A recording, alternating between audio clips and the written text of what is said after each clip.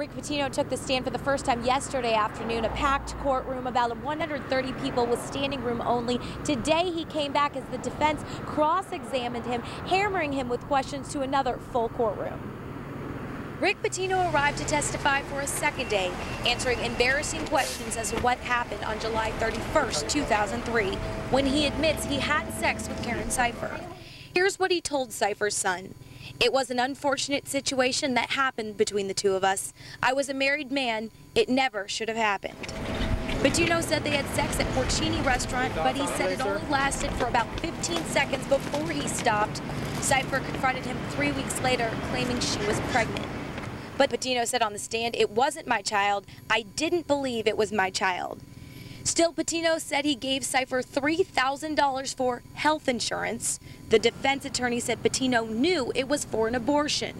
"No," Pitino said, "I did not pay for the abortion." Fast forward to 2009 when Pitino got threatening voicemails with accusations he raped Cipher.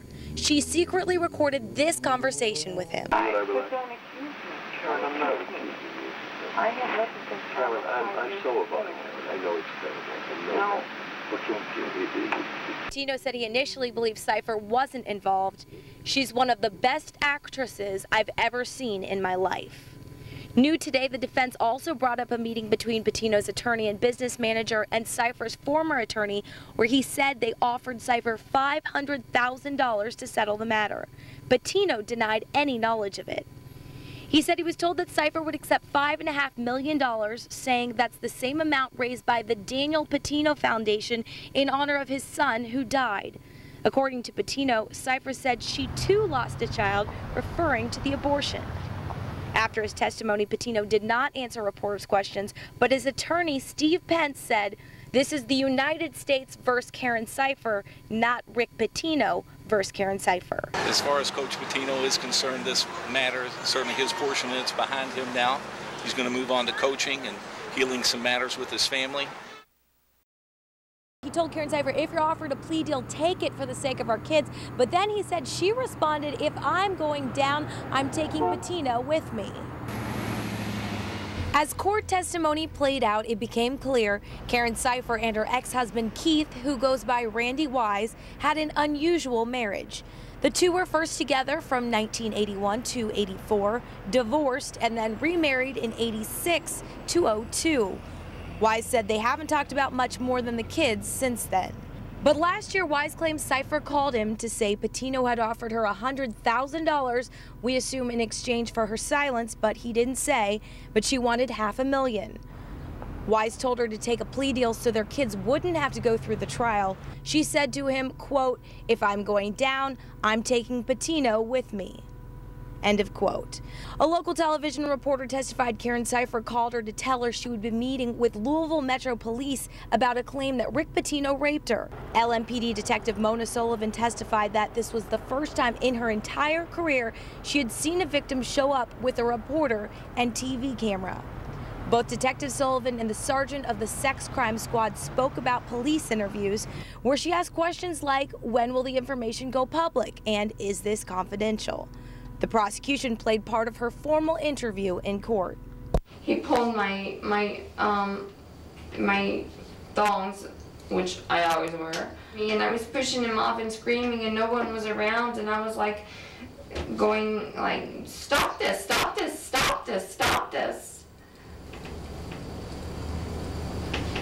Sorry, I feel like I'm in therapy again. During which Cipher appeared to tear up, cover her face, and suddenly rocked back and forth. The prosecution also called Tyree Fields to the stand, who said they had both a friendship and a sexual relationship. After she was charged, he said she told him, "I know it was stupid, I shouldn't have done it." Karen Cipher was virtually emotionless as the charges came down, finding her guilty of attempted extortion, lying to government agents, and retaliation against Rick Pitino. We obviously think that the jury reached the appropriate result here. We're very pleased with the verdict. The jury deliberated Cipher's fate for about 6 hours before reading the guilty verdicts. We brought the charges that we thought that we could prove. Cipher's ex-husband, Randy Wise, testified that he told her to take a deal if one was offered because of their children. But she said, "If I'm going down, I'm taking Pitino with me." We asked the prosecution about a deal. There's been no deals about sentencing at all. Cipher did not speak with reporters after the verdict, but while she was waiting, she told Wave 3 she was devastated. And this is killing me. She spoke about her children, particularly her 5-year-old daughter, Annabelle, saying her ex-husband, Tim Cipher, was using the trial to try to keep their daughter. Her son, Jacob, was at the courthouse for much of the trial. At one point, Cipher looked at him and put her fingers to her lips, as if telling him to smile. As he left, he shouted, "Thanks for taking my mother away." Cipher's mother was also in the courtroom. Ma'am, was there any reaction to the verdict? Yeah, I'll get out of here. How is No your comment. daughter feeling today? Very well, thank you. The trial took 9 days, and now it's up to the judge to decide her sentence. I can't predict whether there would be an appeal or which issues would be appealed. We put on our best case. We did our best to keep the trial within lawful bounds, and I think we accomplished that. Now, the judge denied a motion to the prosecution that would send Cipher to jail pending the sentencing, but the judge once again denied that. That means she's free to go home until that sentencing date, which is October 27th. Reporting live outside the courthouse, Elizabeth Donatelli, Wave 3 News.